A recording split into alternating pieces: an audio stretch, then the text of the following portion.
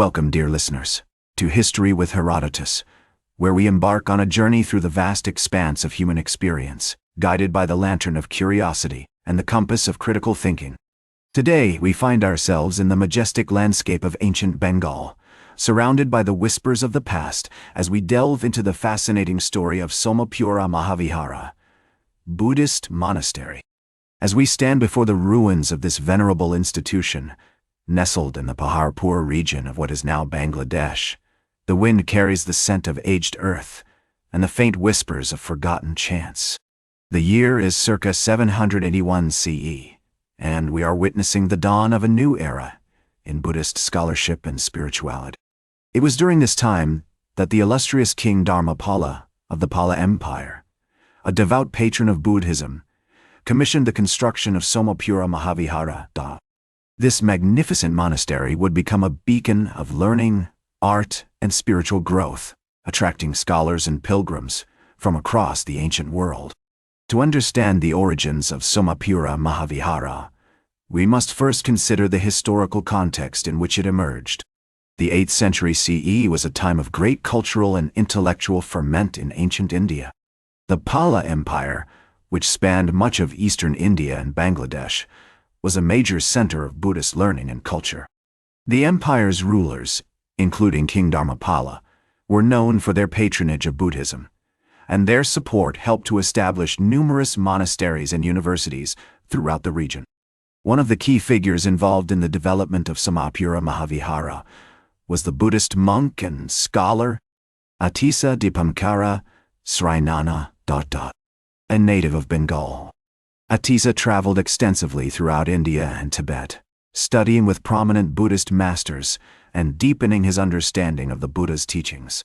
His writings and teachings would later influence the development of Mahayana Buddhism in India and beyond. As we explore the earliest history of Somapura Mahavihara, we find ourselves in a world of vibrant colors, intricate carvings, and majestic architecture.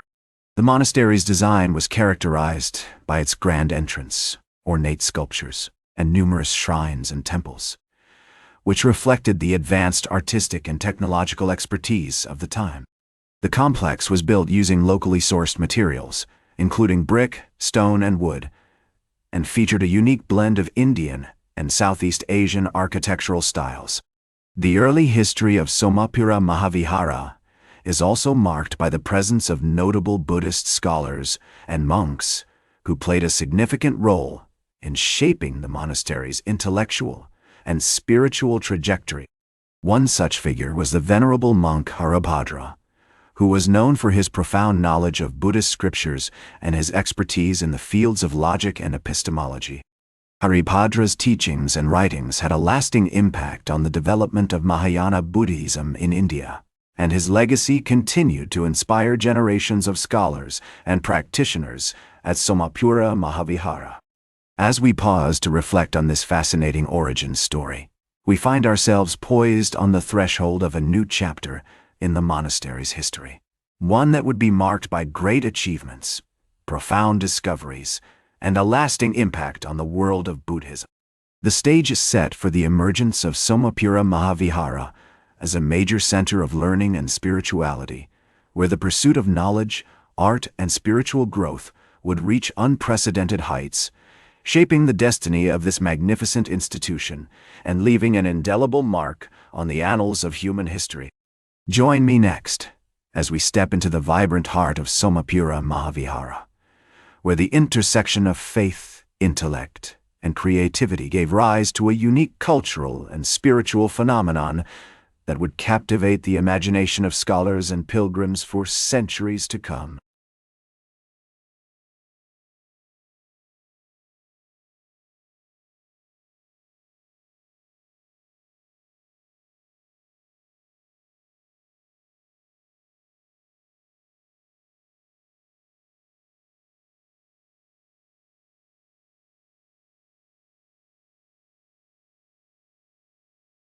Welcome back to History with Herodotus, as we continue our journey through the fascinating story of Somapura Mahavihara, Buddhist monastery. During this period, which spanned from the 9th to the 12th century CEE, Somapura Mahavihara emerged as a major center of learning and spirituality, attracting scholars and pilgrims from across the ancient world. The monastery's reputation as a hub of intellectual and artistic excellence was largely due to the presence of renowned Buddhist scholars and monks, such as Etisa Dipankara Srinana, who continued to shape the institution's intellectual and spiritual trajectory. One of the most significant achievements of Somapura Mahavihara during this period was its contribution to the development of Mahayana Buddhism in India. The monastery's scholars and monks played a crucial role in translating Buddhist scriptures from Sanskrit into Tibetan, which helped to disseminate the teachings of the Buddha throughout the Himalayan region.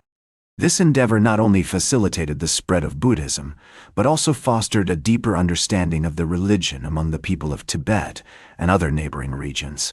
The monastery's architecture and art also underwent significant transformations during this period. The grand entrance, ornate sculptures, and numerous shrines and temples were adorned with intricate carvings and frescoes, which reflected the advanced artistic and technological expertise of the time. The complex was built using locally sourced materials, including brick, stone, and wood, and featured a unique blend of Indian and Southeast Asian architectural styles. As we delve deeper into the history of Somapura Mahavihara during this period, we find ourselves immersed in a world of vibrant colors, intricate carvings, and majestic architecture. The monastery's design was characterized by its grandeur and beauty, with numerous courtyards, halls, and temples that served as centers of learning, worship, and artistic expression. The intersection of faith, intellect, and creativity at Somapura Mahavihara gave rise to a unique cultural and spiritual phenomenon that captivated the imagination of scholars and pilgrims for centuries to come. The monastery's scholars and monks were not only renowned for their knowledge of Buddhist scriptures, but also for their expertise in various fields, including logic, epistemology, and astronomy. As we explore the vibrant heart of Somapura Mahavihara, we are reminded of the profound impact that this institution had on the development of Buddhism in India and beyond.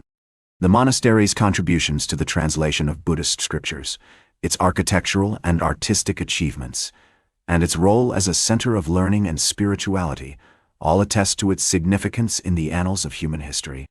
As we pause to reflect on this fascinating period in the history of Somapura Mahavihara, we find ourselves poised on the threshold of a new chapter in the monastery's story, one that would be marked by challenges, decline, and ultimately, transformation. The stage is set for the final act in the drama of Somapura Mahavihara, where the forces of history would shape the destiny of this magnificent institution, leaving an indelible mark on the landscape of human experience. Join me next as we explore the decline and aftermath of Somapura Mahavihara and examine the lasting legacy of this venerable institution, which continues to inspire and captivate us to this day.